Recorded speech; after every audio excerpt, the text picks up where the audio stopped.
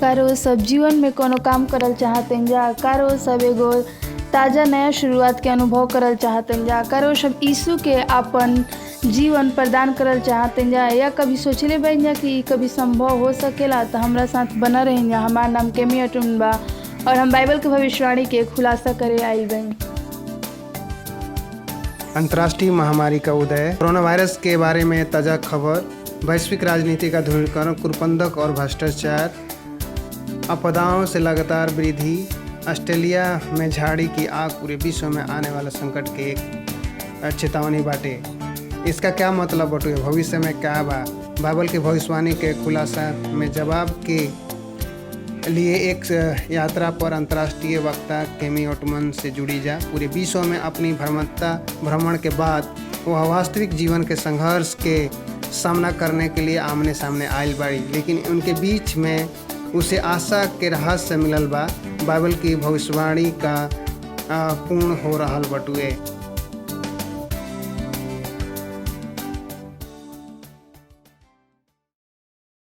करो से विश्वास कर सकते हैं कि हमने के बाइबल के 14 भविष्यवाणी में से 13वें विषय पर बन जा। हमारा जानकर अच्छा लागल कि रोआ सब कितना भी अब तक के सब 13 विषय में देखने जा। रोआ सब के द्वारा देखल गई सब प्रस्तुति के संख्या आइन जा चैट में जानिन जा।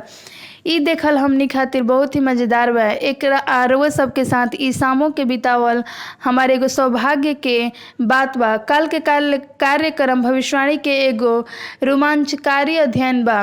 रोआ सब एक व्यक्त कल बन जाए कि जानत है कि कितना उत्साहित बा कि परमेश्वर के पास एक ऐसा लोग बन जो अंतिम समय खातिर तैयार कर रहल बन। उ जल्द ही हमनी के बचावे खातिर आ रहल बन और हमनी के अनंत काल खातिर स्वर्ग में ले जइहन। यदि रोआ सब में मैं हम पृथ्वी पर नहीं खिंजा मिला तो का हो गइल दोस्त। हमनी के सोना के सड़क पर पवित्र शहर के अंदर आपस में हमनी के मिलजुल के उत्साहित होखल जी। अब यदि रउआ सब कोई भी कार्यक्रम से चुक गई लोग हम जाता अपन श्रृंखला के संग्रह खातिर awr.org बाइबल पर जाइन जा। चूँकि विषय एक दूसरा पर निहित रहिन जा, यही से कृपया हमार क्रमबद्ध देखे खातिर सुने खातिर सुनिश्चित करें जा। याद रखिन जा कि हमरा पास समर्पित ऑनलाइन बाइबल स्टडी प्रेक्षण के एगो टीम बा जौन रउआ सबके पास कोई भी प्रश्न हो ओकरा में मदद करी। हमरा साथ जुड़े खातिर ये लिंक पर क्लिक करें जा। एकरा अलावा हमनी के ऑनलाइन बाइबल स्कूल में दाखिला ले सकते जा, जहां लाख लोग ए पाठ के साथ आध्यात्मिक रूप से विकसित होतवन। मुफ्त में नामांकन खातिर क्लिक करें जा। आज रात हमनी के नया जीवन के देखल जी, एगो नया शुरुआत जौन यीशु के माध्यम से उपलब्ध बा। जब हमनी पहली बार एडवेंटिस्ट वर्ल्ड रेडियो में शामिल होखली तो चकित रही जा और बपतिस्मा के एगो झरना हमसे मिले खातिर जंगल के पहाड़ के बीच 48 मीली के दूर पर दो पूरा गांव के देखली। कितना सुंदर घटना बा। उ अपन रेडियो के साथ अपन बाइबल के अध्ययन कर रहन और यीशु के एगो नया जीवन चाहत रहन। एक नया शुरुआत का होखेला कर वो सब एगो साफ स्लेट के अनुभव कर सकते जा। एकरा से पहले आज रात हमने के विषय में प्रार्थना करल जी। स्वर्गीय पिता प्रभु, हम अपन वचन प्रदान करे खातिर बहुत बहुत धन्यवाद, ताकि हमनी के रोए बारे में रोए का चाहत है हमनी के एकरा के स्पष्ट रूप से समझ सकें जा। आज रात हमार गहरा समझ और प्रेम के बारे में जाने में मदद करम, ताकि हमनी के बपतिस्मा के विषय में एक साथ देख ली जा। प्रभु यीशु के अनमोल नाम में आमीन। मत्ती अध्याय 3 में पावल जाला कि हमनी के आदर्श उदाहरण के देखी न जा कि हमनी के साथ बना रही जा और हमनी के पहली बार यूहन्ना बपतिस्मा देवे वाला से मिले के धूल भरे रास्ते पर यीशु खातिर मार्ग तैयार कर दिख सकते जा। कुछ अद्भुत पूर्ण होखे वाला यीशु के नासरत के जर्दन नदी तक जाए वाला नदी के तट पर एक गुलजार उत्साहित भीड़ इकट्ठा भई रहे। यूहन्ना बपतिस्मा के द्वारा परमेश्वर के राज्य खातिर भीड़ के मंत्र मुग्ध हो के कर दिहल गईल। जैसे ही यीशु अपन गजरते हुए प्रवचन के बीच में रहन, उ अचानक रुक गईलन और एक पल खातिर वहाँ उ चुप्पी छा गईल। उनका आँख शून्य हो गईल और भीड़ से उ गौर से देखलन कौन है यूहन्ना, जो एगो एकटक देखत रहे। पूरा भीड़ में काना फूसी एगो तेज कहर फैल गईल। ये आदमी कौन है? उ अपन राजा मसीहा के ना पहचानलस। भले ही यूहन्ना उनकरा से पहले कभी ना देखले रहे, लेकिन पवित्र आत्मा प्रकट कैलस कि ई ईश्वर के पुत्र है। यीशु के आँख यूहन्ना से मिलल और पवित्र और बपतिस्मा का अनुरोध कैलस, लेकिन यूहन्ना सख्ती से उनकरा बात के कोशिश करे के समझे के कैलन कि मुझे तेरे से बपतिस्मा लेने की जरूरत है। यूहन्ना कहलन, तो तू मेरे पास क्यों आ रहा है? यीशु कहलन कि ए तरह से कइल जाला काशी कि यही रीति से सब परमेश्वर के धार्मिकता के पूरा कइल जाई।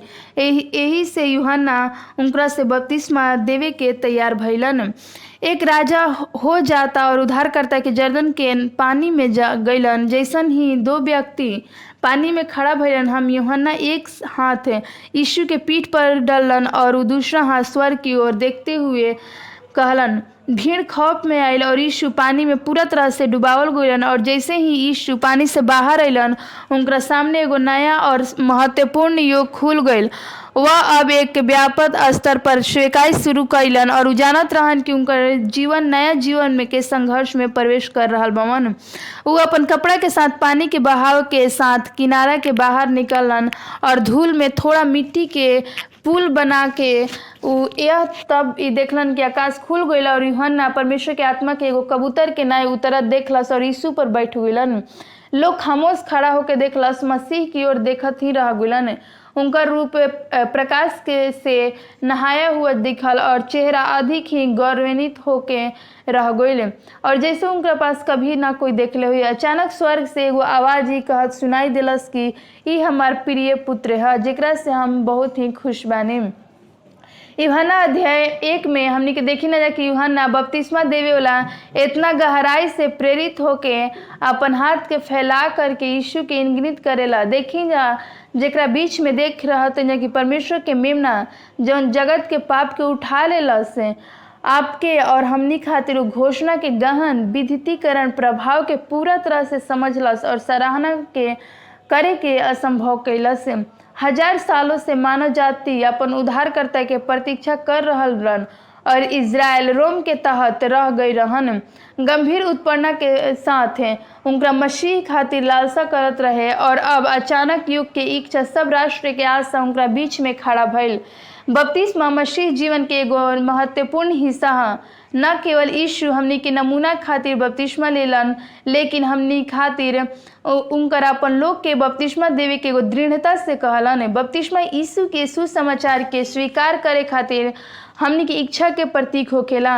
ये एगो जागरूक निर्णय और घोषणा होखेला। हम देखी ना जा कि बपतिस्मा एगो प्रतिकर्मित कार्य बा जवन पूरा तरह से उद्धार खातिर आवश्यकता बउए और ये पूरा तरह से बाइबल पर आधारित बा। कई लोग एकरा के महत्व के बारे में गलत फहमी होखेलन और एकरा बारे में भ्रम के कि का एगो उद्धार के खातिर आवश्यकता बा, तो हमनी के बपतिस्मा आवश्यकता बा काशी की और एकरा का मतलब होखेला। आइन हमनी के बाइबल में बपतिस्मा के आवश्यकता के रेखांकित करके कुछ महत्वपूर्ण पद के देखल जी। एकरा से तैयारी खातिर हमनी के का ही आवश्यकता बा। हमनी के बपतिस्मा में मसीह के नमूना का पालन करे खातिर अपन विश्वसनीय और निष्ठा के पीछा कर सकते जा। परमेश्वर हमनी में से हर एक के सार्वजनिक तौर से स्वीकार करे खातिर बुलैलन। परमेश्वर के वचन के सच्चाई हमनी के खड़ा होके खातिर बउए। इस श्रृंखला में हमनी के विषय बाकी यदि बाइबल में बात हमनी के विश्वास करल जी, अगर बाइबल से असहमत बात हम एकरा पर विश्वास ना करम। हम सब के कई बार कामना कैनी कि एगो नया जीवन के एक नया जीवन की ओर देखे खातिर हमनी के भइल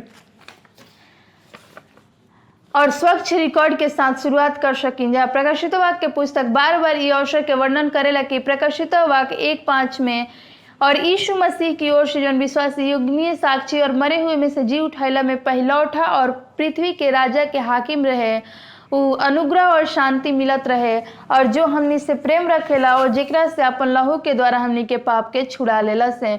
प्रकाशित वाक्य ओकर 3:8 में लिखल बा कि मैं तेरे कामों को जानता हूँ, देख मैंने तेरे सामने एक द्वार खोल रखा है जिसे कोई बंद नहीं कर सकता, कि तेरी सामर्थ्य थोड़ी सी है और तूने मेरे वचन का पालन किया और मेरे नाम का इनकार नहीं किया। प्रकाशित वाक्य पुस्तक अविश्वसनीय प्रेम के एगो परमेश्वर के प्रकट करेला कि जौन कभी भी हमनी के निष्ठा के मजबूत ना करी या हमनी के इच्छा के मजबूर ना करी। पूरा प्रकाशित वाक्य पुस्तक में हमनी के उस स्वतंत्र रूप से आवे खातिर निमंत्रित करेलन। प्रकाशित वाक्य ओकर 22-17 में कहेलन, और आत्मा और दुल्हन दोनों कहेलन आ, और सुनने वाला भी कहता है आ, और जो प्यास हो वो आए, और जो कोई चाहे वह जीवन का जल सेतमेंत में ले जाए। प्रकाशित वाक्य में यीशु के मेमना के रूप में चरित्रित कइल जाला और हमनी के चरम स्वतंत्रता प्राप्त करे खातिर मर गइलन। परमेश्वर अपन लोग खातिर प्रति वफादार होके के बुलैलन और उनका से प्रेम के अपन आदेश के पालन करे खातिर बुलैलन। यीशु वो अपन निष्ठा के घोषणा कैलन और सार्वजनिक रूप से स्वीकार कैलन कि निष्ठा के घोषणा करे के आमंत्रित भइल। अब हमनी के कैसे खड़ा होखल जी? प्रकाशित वाक्य हमनी के सही मार्गदर्शन दिखावेला।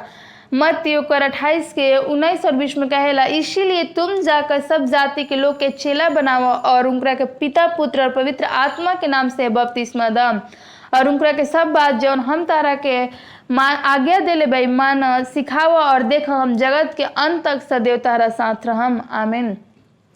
जब हमनी के बपतिस्मा ले न जाता वो सार्वजनिक रुख अपनाते हुए एगो निष्ठा के घोषणा करी न जा, जेकरा हमनी के पक्ष लेके फिर भी कई मसीही के बुनियादी बाइबल आदेश पर भ्रमित होखेला।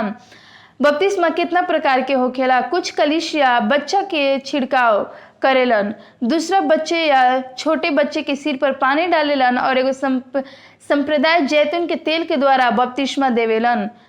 हम एक कलीसिया के बारे में भी पढ़ले रही जौन गुलाब के पंखुड़ी के द्वारा युवक के सर पर छड़क के ओकरा के घोषणा करेला कि वह बपतिस्मा ले चुकल बा। एगो पादरी अपन जवान के पहाड़ में ले गइलन और उनका के बर्फ में लेटा के बर्फ से ढक करके बपतिस्मा देलन। तब वो यह तरीका के बारे में सवाल कैल गइलन कि उनका कहलन, ऐसे कोनो फर्क ना पड़ी चाहे पानी तरल हो या ठोस से, का एगो पादरी सही रहे? बाइबल स्पष्ट रूप से कहेला बपतिस्मा एगो केवल एक ही सही तरीका बा। ये स्पष्ट रूप से इफिसियंस 4:5 में कहेला कि एक ही प्रभु है, एक ही विश्वास, एक ही बपतिस्मा। यदि हमनी के परमेश्वर के वचन के अनुसार लेवल जी तो केवल बाइबल विधि ही बाहुए कर वो सभी सहमत नहीं खींचा कि बपतिस्मा के सही विधि जाने के सबसे अच्छा तरीका का है बाइबल में। यदि उस तरीका से बपतिस्मा लेनी जाता हर तरह से यीशु खातिर हमने के निश्चित रूप से गलती कर सकते हैं जा। मरकुस ओकर 1:9 में लिखल बा, उन दिनों में यीशु गलील के नाजरत आकर यरदन की यूहन्ना से बपतिस्मा लेलन। मत्ती 3:16 और 17 में लिखल बा, यीशु बपतिस्मा लेके तुरंत पानी में से ऊपर अइलन और देखा उनका खातिर आकाश खुल गइल और परमेश्वर के आत्मा कबूतर के नाई उनका ऊपर उतरल देखलन। और 17 में लिखल बा कि देख आकाशवाणी भइल कि ई एगो हमार प्रिय पुत्र बावन जेकरा से हम अत्यंत ही प्रसन्न बाई। जब मसीह के बपतिस्मा भइल तो नीचे पानी में गइलन और यीशु पूरा तरह से डूब गइलन, और फिर पानी से बाहर आके यीशु के बपतिस्मा पूरा तरह से डूब हो गइल। उनका जीवन के एगो महत्वपूर्ण घटना रहे। रौर बपतिस्मा रोज सबके जीवन में एगो महत्वपूर्ण घटना हुई। यीशु के बपतिस्मा के साथ में दो विशेष बात हुई। सबसे पहला, पवित्र आत्मा यीशु पर आवर्तित होकर एगो अलौकिक आध्यात्मिक शक्ति देहल जाई। दुष्ट के प्रलोभन के सामना करे खातिर बाइबल प्रतिज्ञा करेला कि जब हमनी के बपतिस्मा लेबल जीता हमनी के भी आध्यात्मिक शक्ति और मदद मिली। कारण अपन जीवन आध्यात्मिक शक्ति की इच्छा ना देखल जी, ई एगो यीशु पर आवे होला और हमनी पर भी दिहल जाई। बपतिस्मा में ईश्वरीय शक्ति प्राप्त होखेला और जैसन की विश्वास से प्रभु खातिर हृदय खोलल जाला वैसे ही बपतिस्मा पर पवित्र आत्मा के प्राप्त होखेला। पवित्र शास्त्र कहेला कि प्रेरित ओकर 10:38 में कि परमेश्वर ने किसी रीति से यीशु को पवित्र आत्मा और सामर्थ्य से अभिषेक किया। वो भलाई करता और सबको जो शैतान से सताए हुए थे अच्छा करता फिरा, क्योंकि परमेश्वर उसके साथ था। मत्ती 13:17 में हमने की बात करल जो देखल जी की लिखल बा, और देखो यह आकाशवाणी हुआ कि यह मेरा प्रिय पुत्र है जिससे मैं अत्यंत ही खुश हूँ। हर बार परमेश्वर के पुत्र के बपतिस्मा लेवे खातिर एगो मसीह आवाहन भइल और एगो सार्वजनिक तौर से प्रभु खातिर खड़ा भइल। जब हमने के बपतिस्मा ली न जाता पूरा स्वर्ग आनंद मनावेला। तो एक बार फिर से पिता कहेलन ई हमार प्रिय बेटा हुए या ई हमार प्रिय बेटी है। जैसे में हमने के बहुत ही खुश बन जा सदियों से विश्वास करे न जा कि बपतिस्मा के माध्यम से मसीह के प्रति पूर्ण प्रतिबद्धता मनावे खातिर खुशी के अनुभव होखेला। कभी कभी अपन परिवार या गांव या जनजाति के एगो मात्र सदस्य रही जा वो सब देख सकते हैं कि परमेश्वर हमनी खातिर प्रत्येक के व्यक्तिगत रूप से बुलावेलन, परंतु सुनिश्चित रूप से कहेलन कि इथियोपिया के खोजा यरूशलेम से लौट के आवत रहन। जब वो खोजा पर रथ पे सवार तब पवित्र शास्त्र पढ़ रहन और परमेश्वर के अद्भुत ढंग से फिलिपिस और उनका पास गईलन। फिलिपिस से स्पष्ट रूप से एक प्रमुख खोजा के परमेश्वर के वचन के समझैलन और ओकरा बाद बाइबल के सवाल के जवाब खातिर ई आदमी के मसीह खातिर अपन जीवन पूरा तरह से समर्पित करे खातिर एगो मजबूत अपील भइले। खोजा तुरंत ही जवाब दिलन। यीशु के साथ अपन नया रिश्ता के रोमांचित होके खातिर उ बपतिस्मा लेवे खातिर अनुरोध कैलन। प्रेरित ओकर 18 के 36 और 39 में पावल जी के मार्ग में चलते चलते उ कोनो जल के जगह मिलन और जब खोजा कहलन कि देखई जल बा, अब हमरा के बपतिस्मा लेवे से के रोकी। फिलिपुस कहलन यदि तू सारे मन से विश्वास करेला तो हो सकेला। और उनसे उत्तर दिया मैं विश्वास करता हूँ कि यीशु मसीह का पुत्र है। तब उसने रथ से खड़ा होकर के आज्ञा दी कि फिलिपुस के खोजा दोनों जल में उतर पड़े और उसने बपतिस्मा दिया। जब ये जल में से निकलकर ऊपर आए तो प्रभु का आत्मा फिलिपुस को उठा ले गया और वो खोजे ने उसे फिर ना देखा और आनंद करता हुआ अपने मार्ग पे चला गया। हमने के देख सकी ना पद में कि हमके बपतिस्मा के बारे में कुछ महत्वपूर्ण सत्य सिखावेला। खोजा के बपतिस्मा तब भइल जब वो मसीह के खुला तौर पर स्वीकार कैला से और बपतिस्मा एगो सार्वजनिक निर्णय रहे और जेकरा साथ वो खड़ा भइल। फिलिपुस और खोजा दोनों पानी में उतरल गइल और फिलिपुस ने खोजा के नीचे झुकाकर ओकरा पूरा तरह से शांत गहरा पानी में डुबा के उनकर पाप से पूरा व्यक्ति के शुद्ध करे खातिर मसीह के सामर्थ्य के प्रतीक भइल।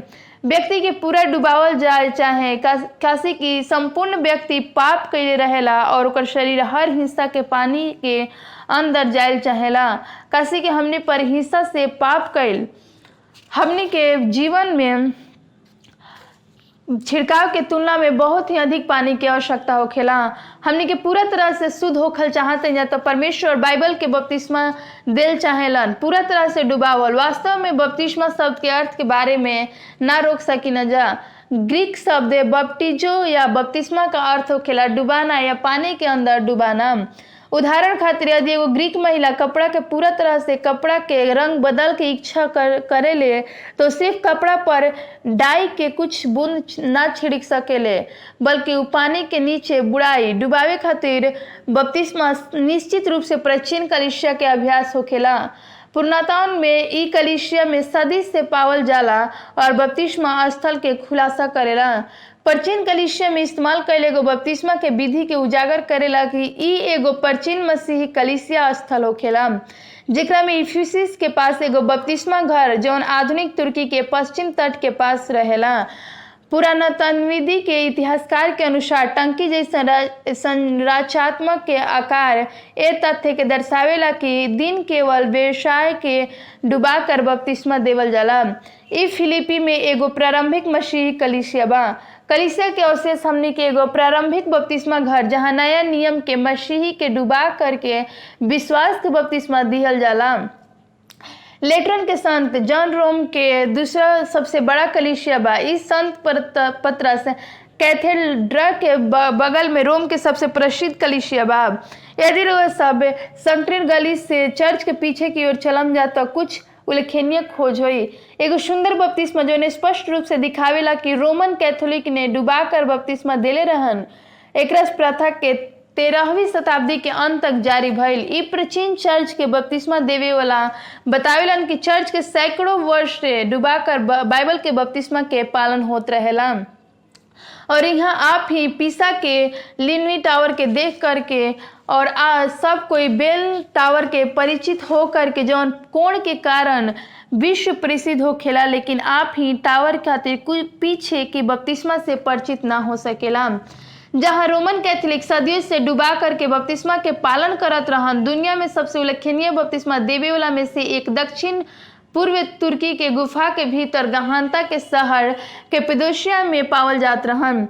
यहाँ पे ईसाई के मध्य युग के उनकर उत्पीड़ना के शरण में अंधकार युग पावल गईल। आज एगो गुप्त शहर में नक्काशीदार चट्टान के माध्यम से प्रवेश करी जा। उनकर उपासना के जगह हमने के देखल जी कि चट्टान में नक्शीदार एगो बपतिस्मा जहाँ ये वफादार मसीह के पुण्य डुबा कर बपतिस्मा दिहल जाला। डुबाकर नया नियम चर्च के प्रथा रहे और डुबाकर यीशु के बपतिस्मा होखेला। सदी से चेला शुरुआती चर्च और विश्वास के बाइबल विधि के पालन करेला। ई एगो चर्च तक ना बल्कि ई भइल ईस्वी सन 1311 में रभेना के परिषद में छिड़काव और डालना आधिकारिक तौर से स्वीकार कल गए हैं। छिड़काव बपतिस्मा के संस्कार में उतना ही मान्य रहे जितना कि डुबा करके कलीसिया छिड़काव के एगो अधिक सुविधाजनक विधि के रूप में स्वीकार करत रहे। कई लोग तो बपतिस्मा में देरी तब तक कि जब तक वो मृत्यु के निकट ना भइल उनका खातिर डुबा कर लेवे के मुश्किल हो गई। यही से धीरे धीरे कई वर्ष में छिड़काव के डुबा कर के रूप में समान रूप से स्वीकार कल गई। एह श्रृंखला के दौरान हमने के कई प्रथा के देखल जी कि धीरे धीरे मसीही कलीसिया में धीरे धीरे आयल और पवित्र शास्त्र में कोई भी नींव ना रहे। रविवार की उपासना आत्म अमरता के अवधारण के अब छिड़काव हो गई। परमेश्वर हमनी के बाइबल में बपतिस्मा के सच्चा विधि पर वापस बुला रहल बवन। बाइबल बपतिस्मा के अर्थ है रोमियो 6:3 और 4 में कहेला कि का तू ना जानेला कि हम जितना भी मसीह यीशु में बपतिस्मा लेबल जी उ एक मृत्यु के बपतिस्मा लेबल जी। तो वो मृत्यु के बपतिस्मा पावे खातिर हमनी के उनका साथ गाड़ल जाई, ताकि जैसे मसीह पिता के महिमा के द्वारा मरे हुए में से जिलावल गइलन वैसे ही हमनी के भी नया जीवन के से चाल चलल जी। जब आप ही पानी में जाए तो ई का कहल जी कि पिता मैं क्रूस और अपन मृत्यु के स्वीकार करल जी। ये कहते हुए भी हम चाहते कि पुराना जीवन के मार्ग दफन हो जाए और मसीह में एगो नया जीवन जियल बहुत ही जरूरी बा। बपतिस्मा पुराना पाप में जीवन के मार्ग के मरे खातिर दर्शावेला। ऐसन कुछ जौन अपन साल के पहले होखेला, 5 साल या 10 साल पहले जौन आज भी रोज सबके परेशान करला। कुछ ऐसन होखेला आत्मा के परेशान करला जो रात में जगावेला। जब रोज बपतिस्मा के पानी में चलम जाता हुआ अतीत उ सब पाप मर जाई और ओकरा अपराध बोध और संवेदना चल जाई। उनकर अतीत के साफ कर दी और बपतिस्मा कार्य के कोई भी जादू ना होखेला। पानी में कोई आध्यात्मिक ना बल्कि प्रतीकात्मक और फिर भी महत्वपूर्ण बउए। मसीह में पूरा तरह से जिए खातिर हमनी के पहले पूरा तरह से मरल जरूरी बा। हमनी के पुराना जीवन में वचा यात्रा में दुनिया में कोनो फर्क ना पड़ला कि कोई भी संस्कृति के होखे। हम लोग के चेहरा पर बहुत ही खुशहाल भाव देखी ना जे अभी अभी बपतिस्मा दिहल गइल बा। हम भी एगो अनमोल क्षण देखनी जो एक नया जन्मा हुआ मसीही पानी से बाहर आवेला तो उनकर आंखें खुशी स्वीकृत और आंतरिक शांति से भर जाला। रोज सब समझ सकते जा कि उनका पास के अंतकरण के साफ कैसे कइल जाला। उनकर पूरा उत्साह उत्तेजित होकेला और बात से कोई भी उनकर फर्क ना पड़ी। उ जीवन ओ समय से पहले कैसा रहे अब उ जानत रहन कि उ नया शुरुआत करे के आगे जात बावन। पवित्र आत्मा के मदद से बदलाव के जीवन जिए खातिर बपतिस्मा एगो पानी के कब्र में अपन पाप के दफनावे के तरह ही बउए। लेकिन वो सब सोच सकते हैं कि 1 मिनट रुकी जा। परमेश्वर हर एक बात हमनी के माफ करेलन और हमनी के अपन पाप के कबूलल बहुत ही जरूरी बा। जैसे कि पहला यूहन्ना 1:9 में कहेला यदि हमनी के अपन पाप के मान लेवल जी तो हमनी के पाप के क्षमा करे में अधर्मी और शुद्ध करे में हमनी के विश्वास से योग्य परमेश्वर ठहरिहन। तो हम खुद के दीना सब पाप के प्रभु हमार याद करी और सब पाप के हमरा के याद दिलवाई और हमार पाप के भी रोआ क्षमा करी। परमेश्वर हम बहुत ही आभारी बाई कि जौन हमनी के पानी से बाहर आवे खातिर एगो नया जीवन के विचार एगो नया व्यक्ति होखे खातिर कासी कि नया जीवन शुरू हो गइल बा। रोज सब जानत हैं कि हमनी के पास जीवन के बारे में बहुत सारा अविश्वसनीय रोमांचक और अनुभव भइल। दुनिया कुछ परम उपलब्धि के समझेला, लेकिन हमनी के कुछ बतावल चाहते कि कुछ भी नइखे। गवाह आत्मा के बपतिस्मा में यीशु के खुद देवे खातिर अनंत जीवन के स्वीकार करेला। मेरा टीम और मैं दुनिया में कहीं भी बपतिस्मा लेवे खातिर जब बड़ी दूर पर जाए न जाता, हमारी याद आवेला कि हमनी के फिलीपींस के पहाड़ पे ऊंचा गांव के बारे में सुननी जा, जो यीशु और बाइबल के सच्चाई के बारे में हमनी के रेडियो कार्यक्रम सुन रहा जा और बपतिस्मा लेवल चाहत रहन। केवल 2 ही रास्ता रहे जो उनके गांव तक पहुंच सकत रहे। यदि वो घोड़ा के पीठ में से जौन 2 थोड़ी देर या मोटरसाइकिल से उ जा सकत रहन, लेकिन मोटरसाइकिल खातिर उ फैसला हम ना कैनी। हमार 24 धाराएं पार करके अपन घुमावदार रास्ता से शीर्ष पर पहुंचावे खातिर पहाड़ी के नजदीक में गईलन। दर्जनों मुस्कुराते हुए सुंदर बच्चा द्वारा हमार स्वागत कइल गइल और जैसन कि हमरा पास धारा में नजर रहे कि ओह दिन 18 लोग यीशु के प्रति अपन जीवन के साक्षी बने में सक्षम भइलन।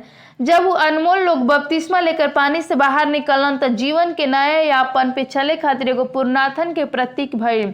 उ पानी वाला कब्र जेकरा से बाहर अइलन, उ बपतिस्मा लेवे खातिर उनकर पहले तब तक इंतजार करल गइल जब तक कि परिपूर्ण ना भइलन। बपतिस्मा के अर्थ ई ना होखेला कि रउआ सब निर्दोष बन जाए, बल्कि एकर मतलब ई होखेला कि रउआ सब प्रतिबद्ध बन जा।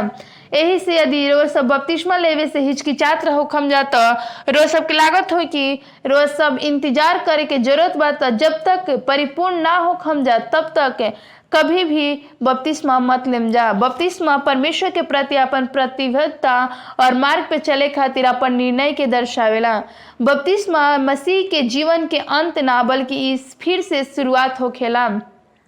दिशा और स्वतंत्रता के एगो नया भावना के साथ हमनी के कहल जी कि परमेश्वर हम तहरा साथ में बाई और तू हमार मार्गदर्शन बना और हमार उपयोग कर। बपतिस्मा हमनी के जीवन में एगो नया आध्यात्मिक शक्ति देवेला। आज हमनी के देखल जी कि जब हमनी के बपतिस्मा ली ना जाता का होखेला, का हमनी के हर पाप क्षमा कइल जाला। प्रेरित होकर 2:38 में लिखल बा, तब पतरस ने उनसे कहा, मन फिराओ और तुम में से हर एक अपने अपने पाप की क्षमा के लिए यीशु मसीह के नाम से बपतिस्मा लो ताकि तुम पवित्र आत्मा का दान पाओगे। प्रेरित पतरस ये स्पष्ट रूप से कहेला कि बपतिस्मा लेवे के चाहिए। फिर सूली पर डाकू का कहला से उ कभी भी बपतिस्मा ना ले रहे। इस तरह से हृदय परिवर्तन के बाद उद्धारकर्ता ने डाकू से प्रतिज्ञा करन कि आज ही वो परमेश्वर के साथ थे राज्य में होई। जब वो क्रूस पर लटकावलन और यीशु मसीह के उनका पास नया जीवन दिलन तो उस समय डाकू खातिर एगो बपतिस्मा लेवे के अवसर ना रहे। यीशु जानत रहन कि अगर वो कर सके तो वो बपतिस्मा जरूर दिहल जाए। हमने के जानल जी कि यीशु के कभी भी पाप ना कैले रहन। स्वयं मसीह के बपतिस्मा के आवश्यकता ना रहे, लेकिन ओकरा बाद भी हमने खातिर एगो नमूना के रूप में दिखावल गइलन। यीशु के बपतिस्मा ओ सब कार्य करेला जौन क्रूस पर डाकू के बपतिस्मा लेवे में असमर्थ रहे। जैसे कि मौत के घड़ी में, जेलों में या अस्पताल के बिस्तर में हमार कुछ पसंद बा कि बाइबल कहेला कि बपतिस्मा हर कोई खातिर, पृथ्वी के हर एक अनमोल आत्मा कुछ चुनिंदा लोग खातिर ना होखेला और बपतिस्मा के समय हर पाप क्षमा कइल जाला और कोई भी महान पाप नहीं खे। जन बपतिस्मा के समय एगो प्रतिज्ञा ई होखेला कि पवित्र आत्मा हमनी के दिहल जाई। मरकुस 1:10 में कहेला कि जब वो पानी से निकल कर ऊपर अलन तो तुरंत उनकरा से आकाश के खुलन और आत्मा के कबूतर के नाई उनकरा ऊपर उतरत देखलन। प्रेरित होकर 2:38 में फिर हमने को वापस जाइल जी और बाकी पार्ट के भी हमने के देखल जी। मन फिरावा और तोहरा में से एगो अपन पाप के क्षमा खातिर यीशु मसीह के नाम से बपतिस्मा ला जा और तू पवित्र आत्मा के दान पैबा। हमनी के रोआ सबके शुद्ध कइल जाला कि अपन जीवन में पवित्र आत्मा के दान के प्रतिज्ञा कइल गइल बा। उ जीवन के परीक्षा पर भी रोआ सब व्यक्तिगत सहायक बन जा। पवित्र शास्त्र व्यक्तिगत मामला में पवित्र आत्मा के वर्णन करेला। जब ये कहेला कि वह सिखावेला तो मार्गदर्शन कहेला कि संतान और मध्यस्थ करेला। पवित्र आत्मा के दान बस परमेश्वर के विश्वस्त मसीही पर उड़ेलल जाला। जो कुछ हमनी में से बुलावल गुलू बपतिस्मा के द्वारा अपन परमेश्वर के परिवार में अपनावल गईल, हमनी के पूरा विश्व के विश्वास के शरीर के अंग बन जाइल जी। प्रेरित होकर 2:41 में कहेला कि सो जिन्होंने उसका वचन ग्रहण किया उसने बपतिस्मा लिया और उसी दिन 3000 मनुष्यों ने लगभग उनमें मिल गए। बहुत से लोग आश्चर्य कैलन कि बपतिस्मा चर्च के सदस्यता से कैसन संबंध बा, का बपतिस्मा लेवे वाला लोग ही चर्च में शामिल होखेला। आइन जा हमनी के 42 वचन पर चलें जा। और वे प्रेरित की शिक्षा पैलन और संगति रखलन और रोटी तोड़े में और प्रार्थना करे में लौलनी रहलन। फिर 47 पद में देखल जी, और परमेश्वर की स्तुति करे खातिर सब लोग उनकरा से प्रसन्न भइलन और जो उद्धार पैलन उनकरा के प्रभु प्रतिदिन उनमें से मिला देत रहन। आमीन। रोज सबके बपतिस्मा इस समय के प्रतीक बा कि हम रोज सब परमेश्वर के विश्वास के शरीर के हिस्सा बने खातिर चुनल गुनी जा। सबसे सबत मानने वाला आज्ञा मानना एगो एडवेंटिस्ट मसीही लोग जैसे हमनी के पढ़े ना जा कि प्रेरित के सिद्धांत और संगति में लगातार बना रही जा। परमेश्वर पूछेलन कि हमनी के एगो कलीसिया पावे खातिर उनकर वचन के शिक्षा के एक साथ एकता में अनुसरण करत जा कि नाम। जब रोज बपतिस्मा लेम जाता अपने आप ही रोज सबके पाप क्षमा हो जाई और केवल रोज सबके जीवन के शुद्ध कल जाई, बल्कि आप पवित्र आत्मा प्राप्त करके पूरा विश्व में सबत पालन करे वाला विश्व के अंतर्राष्ट्रीय समुदाय के हिस्सा बन जाई। परमेश्वर सब राष्ट्रीयता के लोग के, सब भाषाओं के, सब उनकरा से अंतिम आंदोलन के अंतिम दिन में सब धार्मिक धारणाओं के नेतृत्व कर रहल बा। आइन जा हमनी के समीक्षा करेंगे कि बपतिस्मा लेवे से पहले कोई भी व्यक्ति के का कदम उठावे के चाहिए। सबसे पहले हमनी के पश्चाताप करल और अपन पाप के एगो वास्तविक दुख होखे के चाहिए। का हमनी के यीशु के पास आइनी जा और कहीं जा कि परमेश्वर हम जानत हैं कि केवल आप ही बाई जन हमनी के पाप के क्षमा कर सकत हैं, जैसे कि आप ही के अकेले ही एगो उद्धार करता बानी। और यदि रौरा पास से हम विश्वास के एगो यात्रा पर पहला कदम उठाइन जा, पश्चाताप हमनी के पाप खातिर पर्याप्त खेद कल जाला। आप ही अपना पुराना जीवन शैली से दूर होके खातिर वह सब तैयार होखिन जा। पश्चाताप के मतलब होला कि अपन पाप के प्रति अपन दृष्टिकोण बदल दीहिन जा और अब ओ अपन ना करल चाहिए वो पाप दोबारा हमनी के ना करल चाहिए। दूसरा बात हमनी के विश्वास करे के जरूरत बा कि वो स्वीकार हमनी के कर सकिन जा। हमनी के जीवन के उद्धारकर्ता और प्रभु दोनों ही हमनी के चाहिए। अंत में हमनी के आवश्यकता बा कि बाइबल के विश्वास के अनिवार्य सीख और शिक्षा के प्राप्त करल जारी रखे के बा। एक बार जब रउआ सब बाइबल के विश्वास के मूल बात समझ लेम जा तो वचन के आवश्यकता सत्य ईश्वर ये निर्णय लेवे खातिर आमंत्रित करेलन कि वो बपतिस्मा ले सकेलन। बपतिस्मा के बारे में कई लोग आश्चर्य करेलन। याकूब 4:17 में बतावला कि इसीलिए जो कोई भलाई करना जानता है और नहीं करता उसके लिए यह पाप है। जाहिर बा कि बालक के पाप के बारे में अभी तक ना जानेला, उस सचेत फैसला ना ले सकेला। बालक अपन पाप के पश्चात करे में असमर्थ होखेला। बालक बपतिस्मा के शास्त्र में कभी प्रचार ना कईल गईल रहेला। बालक बपतिस्मा के सिद्धांत मूर्ति पूजक मूल के रोमन कैथोलिक धर्म चर्च में लिहल जाला। अधिकांश कैथोलिक सिद्धांत के बालक के साथ बालक के बपतिस्मा के मूल बेबीलोन के रहस्य में होखेला। बाबुल में बालक के बपतिस्मा द्वारा नया जीवन के सम्मान कईल जात रहे। यूरोपियन मूर्ति पूजक के उनका नवजात शिशु के छिड़क देलन और उनका के डुबो देलन और आज तक कुछ मंडली में बपतिस्मा खातिर उपयोग कईल जाला। पवित्र जल अभी भी पानी में वेदी के एक मशाल जल्दी के आगे बढ़े वाला एगो मूर्ति पूजा रिवाज के अनुसार होखेला।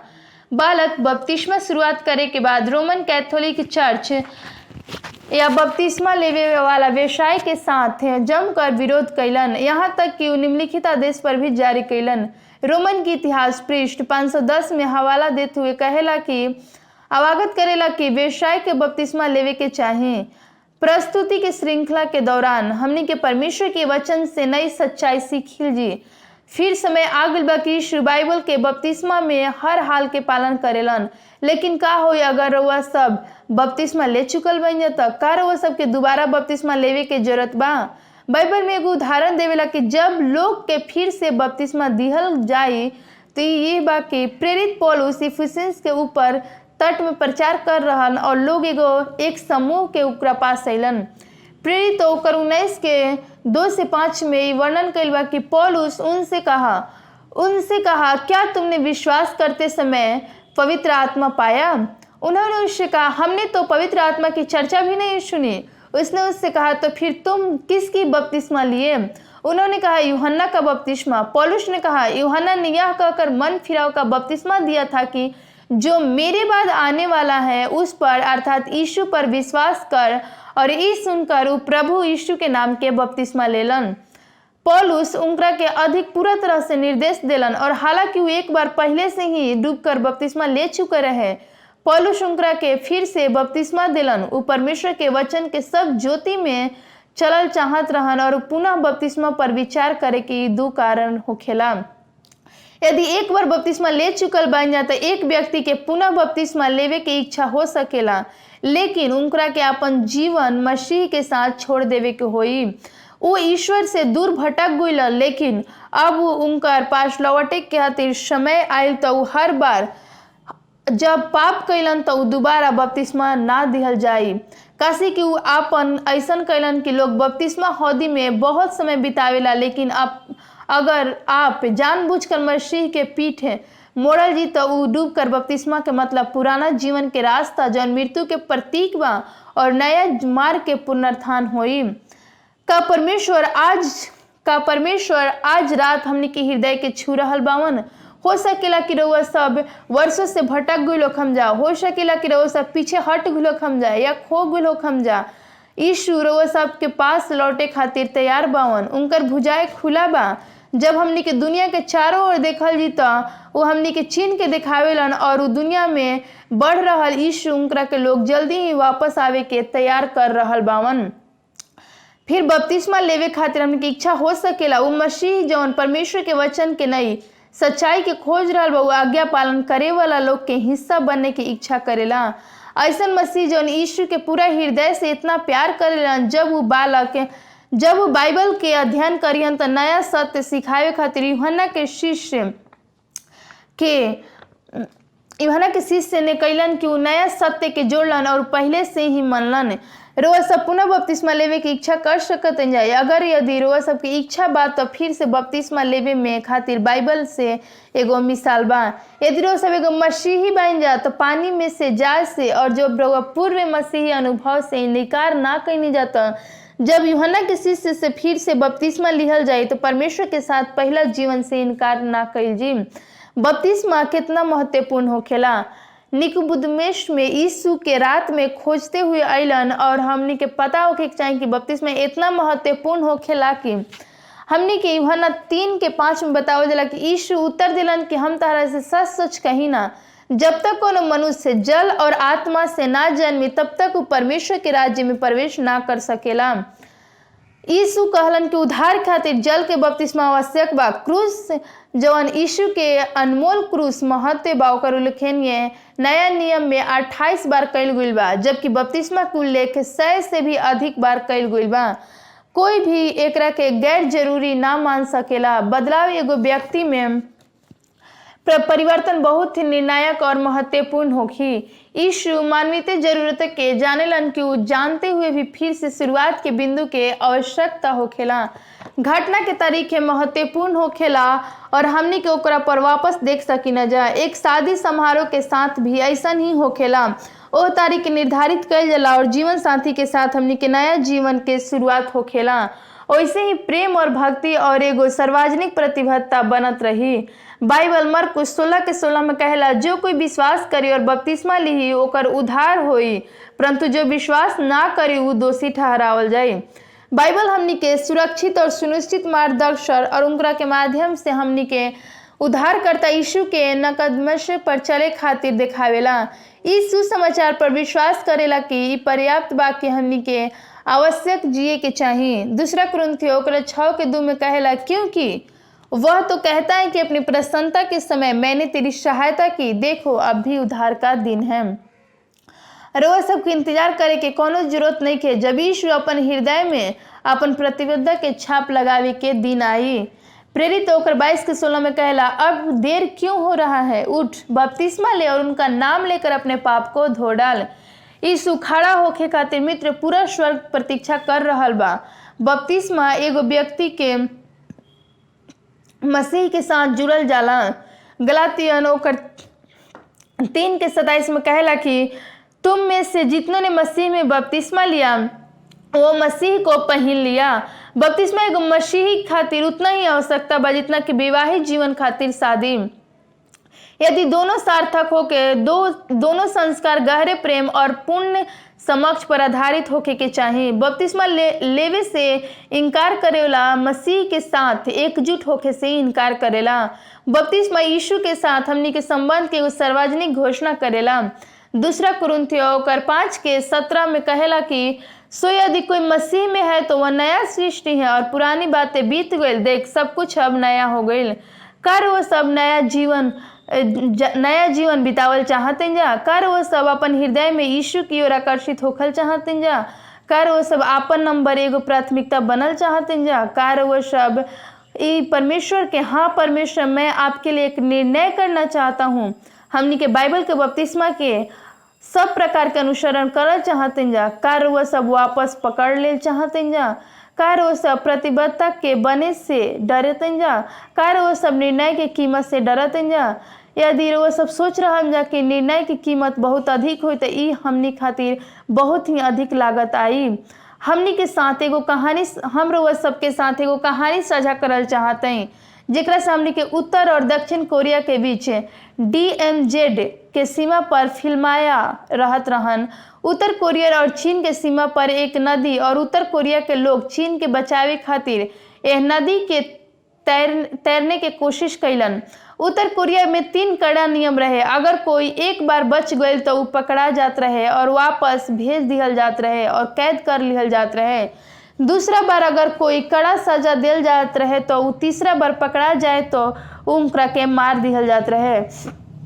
एगो युवा महिला रही किम जो आजादी खातिर तरस रहत रही।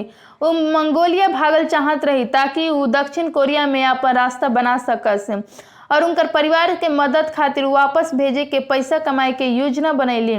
जब किम बच गई तो मसीही ना रही और उनकरा के ऐसन भइल कि परमेश्वर के ना जानत रही। पहला बार वो पकड़ल गईली और ओकरा बाद वो वापस भेजल गईली और जेल में डालल गईली और उनकरा के चेतावनी देहल गईल कि फिर वो कोशिश ना करिहन, नहीं तो उनकरा के कुछ और बुरा हो सकेला। कार वो सबके लागत है कि किम के रोकले होखिहन ना। वो दूसरा बार भी कोशिश कैली अंधेर के आड़ में, लेकिन प्रकाश के साथ कोई भी उनकरा के पकड़ लेलस और अधिक गंभीर रूप से दंडित कैल गईली। उनकरा के कठोर चेतावनी दिहल गईल, किम यदि रउआ फिर जाए के कोशिश करम तो रउआ के मार दिहल जाई। फिर से वो भागे की कोशिश ना कैली, लेकिन किम कोई भी चीज से अधिक स्वतंत्र चाहत रही। यही से तीसरा बार जीवन के जोखिम में आधा रात में वो नदी के फिर से तैरे के कोशिश कैली। यह बार उनकरा के दूसरा तरफ पार कर दिहल गईल, लेकिन चीनी सीमा पर अपन रास्ता खोज लेली जहाँ एक बहुत ही दयालु चीनी परिवार के उनकरा अपन घर में छिपा लेलस, जबकि वो वहाँ कई महीना से रहली और उनकरा बहुत ही लोग के साथ प्यार मिलल और उनकरा एगो रेडियो मिलल। जैसे कि वो रेडियो के खोलली, उनकरा पास से करवाही भाषा के प्रचलित शब्द के सुनली। अब वो एगो प्रस्तुति में समाप्त कैली और वो किम के भागे के बारे में अपन एडवेंटिस्ट वर्ल्ड रेडियो लघु फिल्म के साझा कर चाहली। वो बतैली कि एगो महिला यीशु के प्रति अपन प्रेम खातिर का कहली। एगो रात अब चर्च में एगो अपरिचित महिला के प्रवेश कैली और पीछे बैठ गईली और उनकर चेहरा अपन निवासता के छिपा के एगो पंक्ति के पीछे आश्रय भइल कि उ कौन रही। अजनबी एगो बैठक और अकेला बैठा रही और सब के चले जाए के बाद पादरी उनका साथ मिलन और उत्तर दिली कि हम कोरिया भाग जाए चाहते हैं, लेकिन स्वीकार कैलन और वहाँ से चीन से सुरक्षित ना रही। लेकिन वो एगो निवेदन कैली कि वो बपतिस्मा लेल चाहतई और पादरी का कुछ भी जानलन और बपतिस्मा के मतलब का होखेला उनकरा से सवाल कैलन। का उनकरा से दृढ़ जवाब मिलल। हम रेडियो के माध्यम से यीशु के बारे में सीखनी और छिपे खातिर दौरान हमने के प्रिय महिला के एगो रेडियो मिलल और वो एगो परिचित कोरियर भाषा के रेडियो सुन रही और बंद हो गई। एडवेंटिस्ट वर्ल्ड रेडियो के माध्यम से आशा की आवाज़ सुन रही और एक खोज से वो जल्द ही अपन अकेलापन और भय के साहस में बदल देली और आशा के रूप में वो व्यक्ति के बारे में जान गईली और उनका बाद छोड़ के उद्धार खातिर मर गईलन। ये गुलास उनका हृदय में पैदा भइल कि उत्तर देली कि कोरिया में अपन परिवार और दोस्त के साथ जो सीख रहल बा उ साझा करिहन और ओकरा खातिर उ एगो साप्ताहिक बाइबल के अध्ययन करियन और हर वचन के उ सोख लिहन। अपन कमरा में पवित्र आत्मा के उपस्थिति महसूस कैली। अध्ययन के इस सप्ताह के बाद एगो गुप्त बपतिस्मा आयोजित कैल गईल। सब दरवाजा और खिड़की बंद करके और सब से कहल गईल कि भजन धीरे धीरे से गायल जाई ताकि सुनाई ना देवे और वो अकेले नहाए खातिर हौदी में उत्तर कोरिया महिला के बपतिस्मा दिहल गईल। आंसू से सने गाल और हर्षित आंख से वो परमेश्वर के प्रति अपन निष्ठा के घोषणा कैली और बपतिस्मा के बाद वो अपन स्वतंत्रता और दक्षिण कोरिया के एडवेंटिस्ट विश्वविद्यालय में बाइबल के अध्ययन करे खातिर योग्यता व्यक्त कैली। वो बहुत रात में पैदल चल गईली और कुछ समय बाद वो एगो फोन आयल। दूसरा तरफ से आवाज़ आयल फुसफुसाते हुए कहली कि हम सुरक्षित रूप से सीमा पर पहुंच गईनी। आज की रात हमनी खातिर दुआ कर जी कि सब में सोच सकत हैं कि कटिया तार के 8 किस्म रहे का वो से बनावल गई रहे।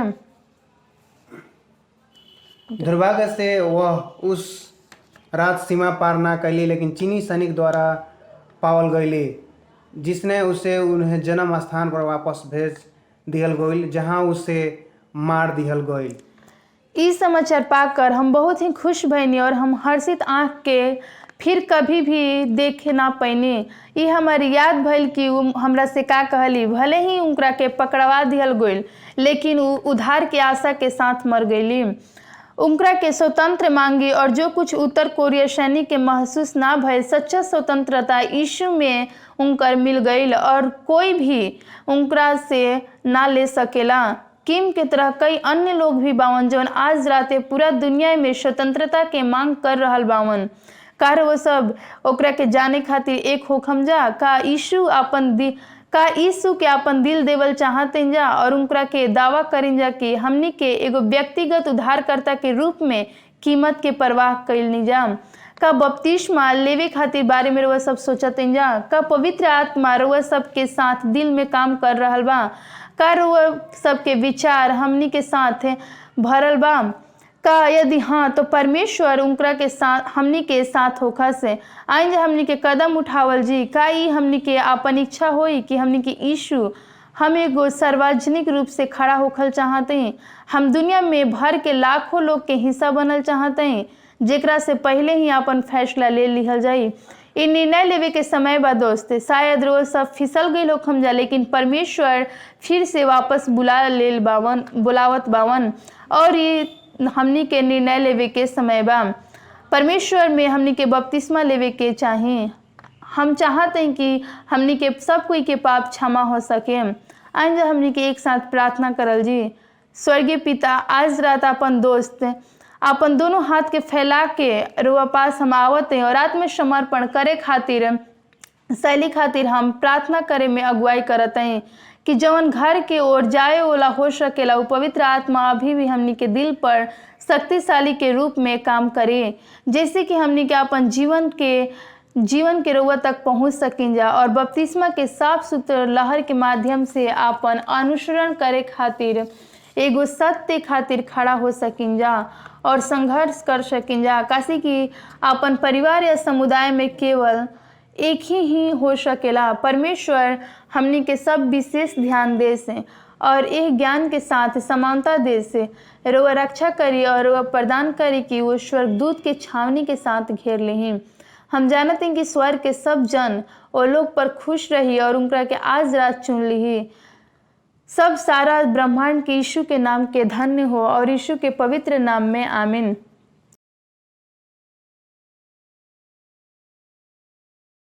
हमनी के उम्मीद करल जी कि आज रात हमनी के बपतिस्मा के बारे में जो कुछ भी सुननी जा वो बपतिस्मा के बारे में हमनी के सीखने जा। हमनी के दिल के तैयार करे के जरूरत बोवे कि हमनी के बपतिस्मा बहुत ही जीवन खातिर महत्वपूर्ण बा और बपतिस्मा एगो विश्वास से होके रोज सब खातिर प्रार्थना कर सकिन जा और अपना और बहुत बहुत हम लोग सबके धन्यवाद देते हैं कि रउआ सब हमनी के साथ जुड़नी जाता कि हमनी के बाइबल के अध्ययन परमेश्वर के वचन के हमनी के एक साथ सीख सकिन जा।